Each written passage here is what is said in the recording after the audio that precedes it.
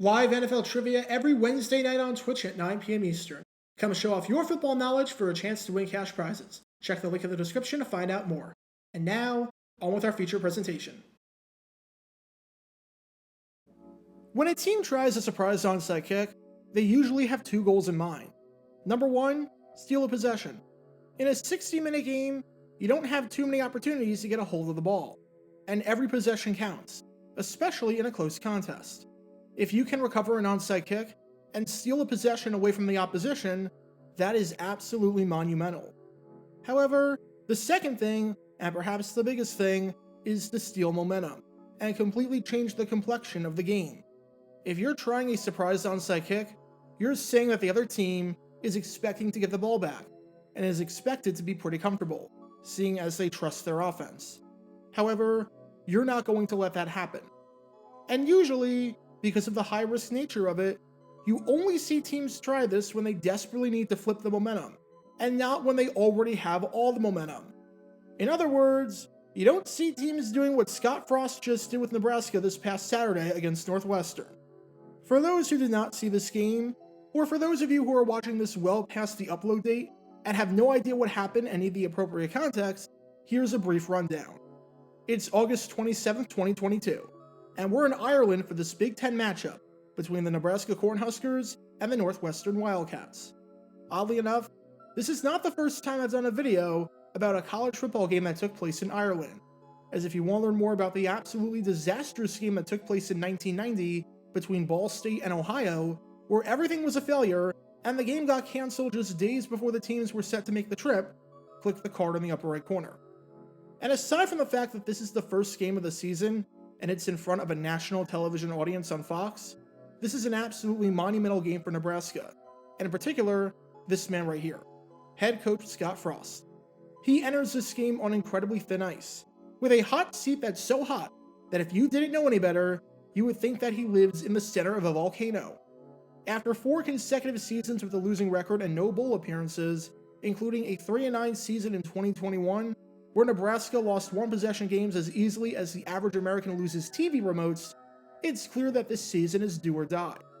If you don't win this game against Northwestern, one of the few teams you actually beat last season, then the most anticipated day of the season doesn't become the day of a big rivalry game or homecoming, but rather the day where your contract can get bought out. And so far, things are looking great for the Cornhuskers.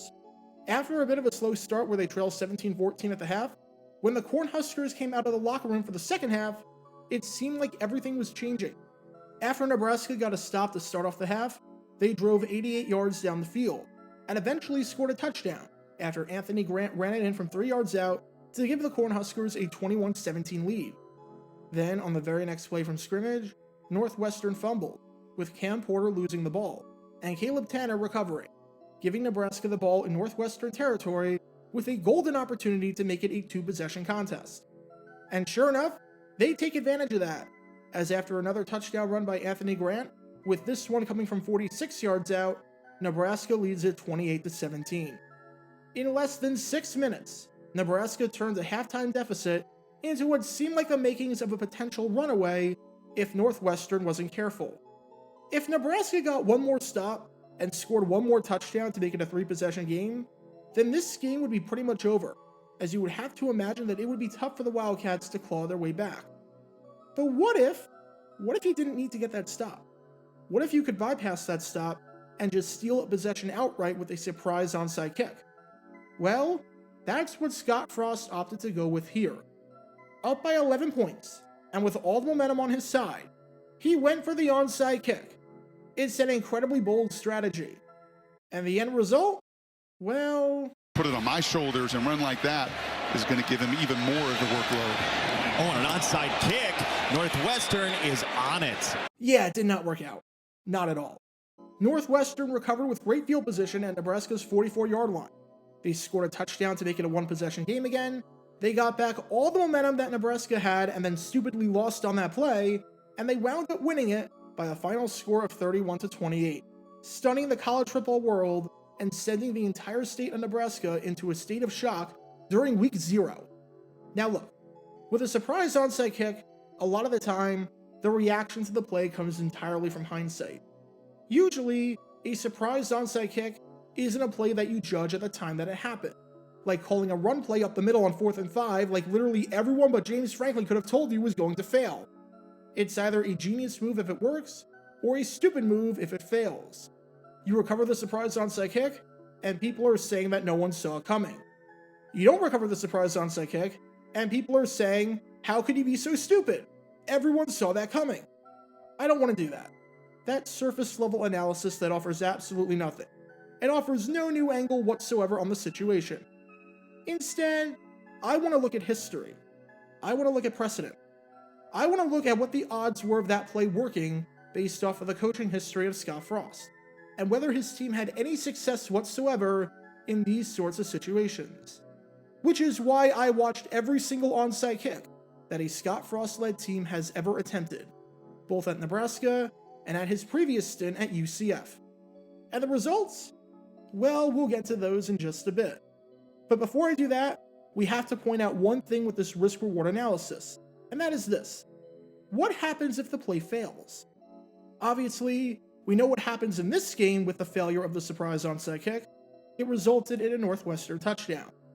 And when you try an onside kick and it fails, the other team is getting the ball inside your own 45-yard line, working with an insanely short field, as was the case here with Northwestern. So I wanted to look at what happened last year, anytime an FBS opponent got a short field against Nebraska, which is anything inside the 45-yard line. If this play were to fail, based on what happened last season, what were the odds of Nebraska holding the opposition to 0 points and keeping it at a 2-possession game, meaning that there was no harm, no foul? In total, there were 5 times where Nebraska allowed the opposition to start a drive inside Nebraska's 45-yard line. I'm excluding any drives at the end of the fourth quarter that ended in kneel downs for obvious reasons. And all 5 times, you guessed it, Nebraska allowed an opportunity for points, meaning that they allowed a field goal attempt or a touchdown. In their game against Buffalo, they allowed the Bulls to start on Nebraska's 39-yard line after a punt. That drive ended in a field goal. In their game against Michigan, they allowed the Wolverines to start on Nebraska's 35-yard line after an interception in the second quarter, and on Nebraska's 18-yard line after a fumble in the fourth quarter. Both of those drives ended in a field goal. In their game against Purdue, they allowed the Boilermakers to start a drive on Nebraska's 24-yard line after an interception. That drive ended in a field goal. And in their game against Wisconsin, they allowed the Badgers to start a drive on Nebraska's 33-yard line after an interception. That drive ended in a touchdown. Obviously, that's not good if you're Nebraska.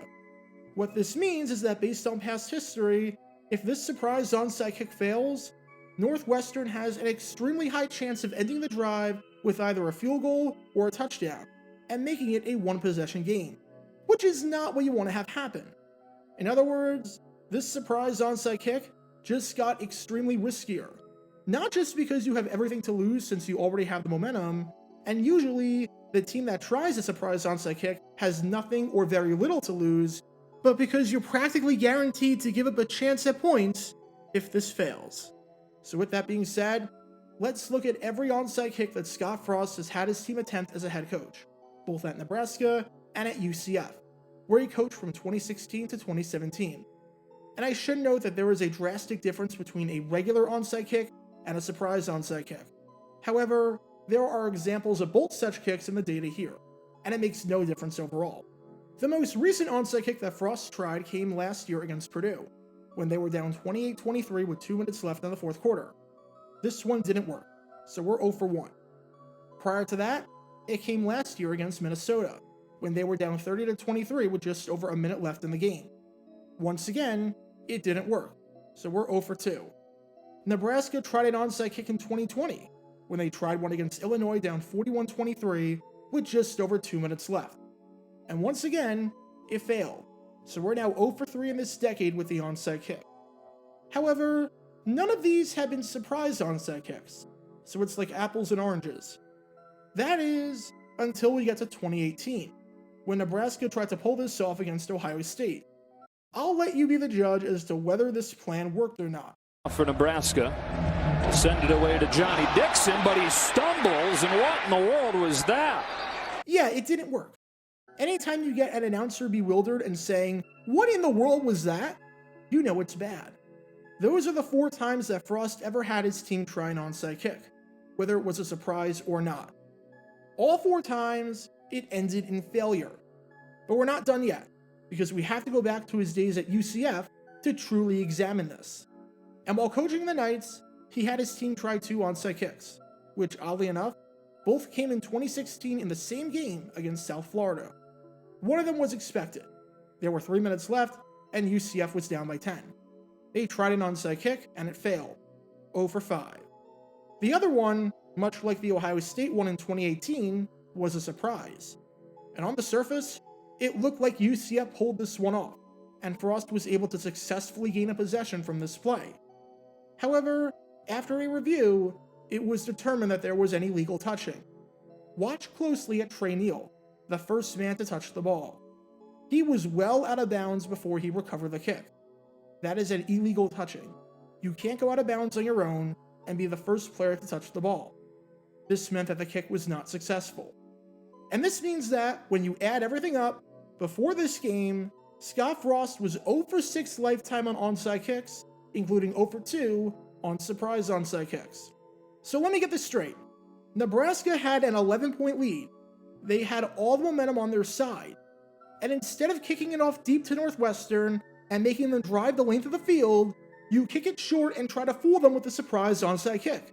Even though you, in your 6 years as a head coach, have tried your best and have never had your team recover an onside kick.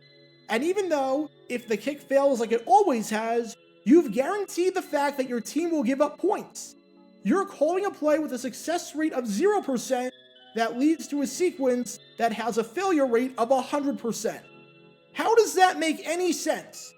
Those that do not learn from history are doomed to repeat it. And obviously, I'm not saying that Frost, after a sample size of 6, followed by a sample size of 5, should never try another surprise onside kick, or any onside kick again for that matter. That is not the point. But up by 11 points? Now is not the time to play with the odds. What Scott Frost did is the equivalent of going golfing, and you're up by 3 strokes on the final hole. It's a par 4 at 320 yards, and with the right roll, it's drivable. However, your driver has been terrible all day, to the point where every time you've used it, you fail to hit the fairway, and you fail to hit it by a lot. And there's water to the left and the right of you on this hole.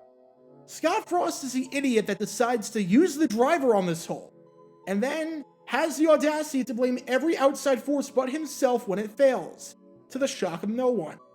Oh yeah, because Frost did that. After the game, he said, "I think our offensive staff has to learn you've got to be a little more creative in this league." Remind me again, who hired these coaches? Oh yeah, you did! The coaches that you hired! You're criticizing them, and essentially saying that the failure isn't your fault? I've seen this movie before. I saw it last year with the Jacksonville Jaguars and Urban Meyer. I saw this play out, where Meyer criticized his coaches by calling them all losers, and by telling each coach to defend their resume and explain when they've won, as if Meyer wasn't the guy that hired them in the first place. I know how this story ends, and trust me, it's not pretty. Scott Frost has no one to blame but himself for this mess. And when you add these aforementioned stats into the mix, where he called to play with a 0% success rate and a 100% failure rate at the back end of the sequence, when he did not need to call that play, and when there was no logical reason whatsoever to call that play, holy cow, it's alarming.